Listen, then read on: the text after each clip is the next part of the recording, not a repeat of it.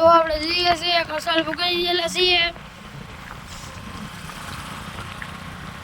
તમને દેખાતું હશે. જો મિત્રો હમણાં વીએલ માગુકિયાની નિશાળ આવી છે અને આયા ખૂબ જ મહેનત કરાવે છે ભણતરમાં. તમારા બાળકોને મૂકવું હોય તો અહીંયા બસ પણ છે અને હોસ્ટેલ પણ છે. જો આવી કંઈક આપણે વીએલ માગુકિયાની પોલીસ છે ગુજરાત. ખૂબ જ અહીંયા ઓલું કરાવે છે. જોવો મિત્રો આ નવી ખેતી કંઈક છે.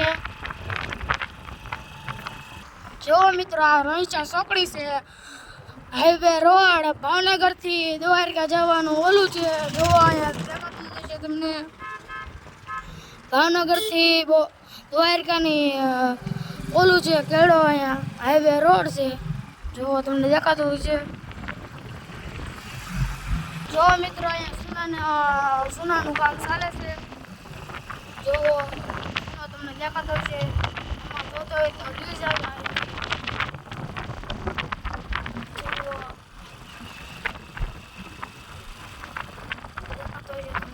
જો મિત્રો લોખંડની ફેક્ટરી છે. અહીંયા ભંગારનું લિકાઇસ્ટ્રિંગ કરે છે. જો અહીંયા નવું લોખંડ બનાવી દેશે આપણને. આ ફેક્ટરી એવી છે તમને દેખાતી છે. તો આ ઓથા પાવરસ છે, વીજળીનો ઓલું થાય છે, ઉત્પન્ન કરે છે. વીજળીનું ઓલું થાય છે, બનાવે છે એ વીજળી, અહીંથી સપ્લાય કરે છે વીજળી. તો મિત્રો અહીંયા ઈંટોની ભઠ્ઠી છે, ઈંટો જોતી હોય તો લઈ જજો.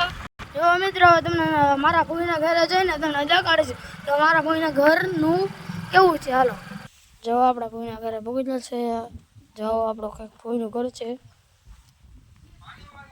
આ બ્લોગ સારો લાગે તો લાઈક અને સબસ્ક્રાઈબ કરી દેજો અને આવા જ વિડીયોમાં મળતા રહેવું. જય હિન્દ જય ભારત. જુઓ